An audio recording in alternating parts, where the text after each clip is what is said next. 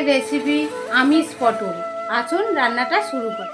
আমিষ পটল বানাতে আমি চিংড়ি মাছে 1 চামচ নুন দিয়ে দিলাম ও একটু হলুদ দিয়ে ভালো করে মেখে নেব। কড়াই গরম হয়ে গেছে, আমি 3 পলা সর্ষের তেল দিয়ে দেব।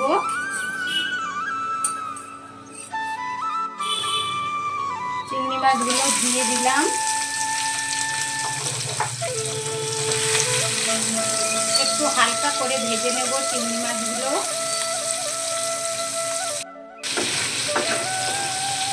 চিংড়ি মাছটা ভাজা হয়ে গেছে, এটা আমি এবার তুলে নেব। চিংড়ি মাছ ভাজার তেলের মধ্যেই আমি একটু 5 ফোড়ন দিয়ে দিলাম।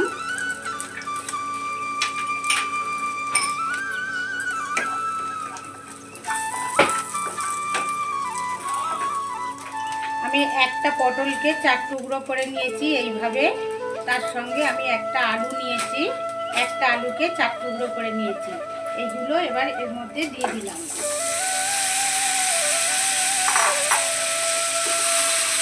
একটু ভাজা ভাজা হবে, হয়ে গেছে। আমি এবার স্বাদ মতো 1 চামচ নুন দিয়ে দিলাম, 8খানা টমেটো, 1 চামচ হলুদ, 1 চামচ কাশ্মীরি লঙ্কা গুঁড়ো, 1 চামচ আদা বাটা, 2টো কাঁচা লঙ্কা হাফ করে দিয়ে দিলাম। এটাকে ভালো করে কষিয়ে নেব। কষানো হয়ে গেছে, আমি এবারে এর মধ্যে জল দিয়ে দেব।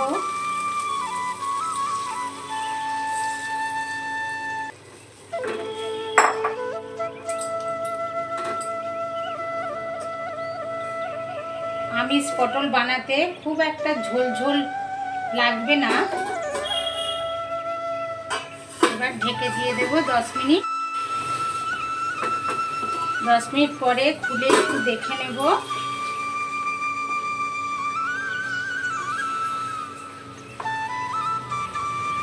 আর একটু সেদ্ধ হবে, এই সময় আমি এবারে চিংড়ি মাছটা মিশিয়ে দেব।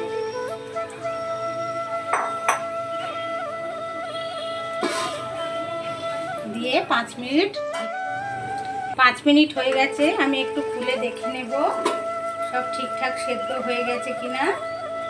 আর ঝোলটাও কমে গেছে, সেদ্ধও হয়ে গেছে। এর মধ্যে আমি এবার 1 চামচ সর্ষে বাটা দিয়ে দেব।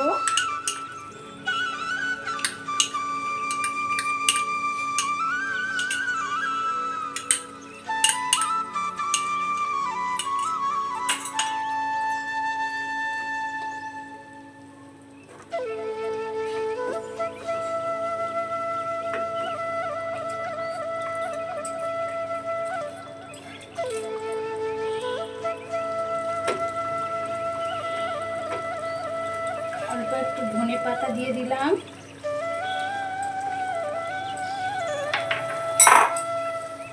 এক কলা সর্ষের তেল দিয়ে দিলাম।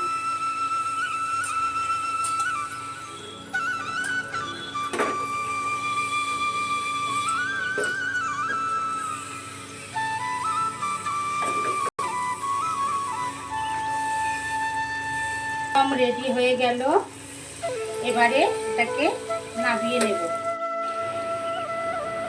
নামিয়ে আমি ঢেলে নিলাম।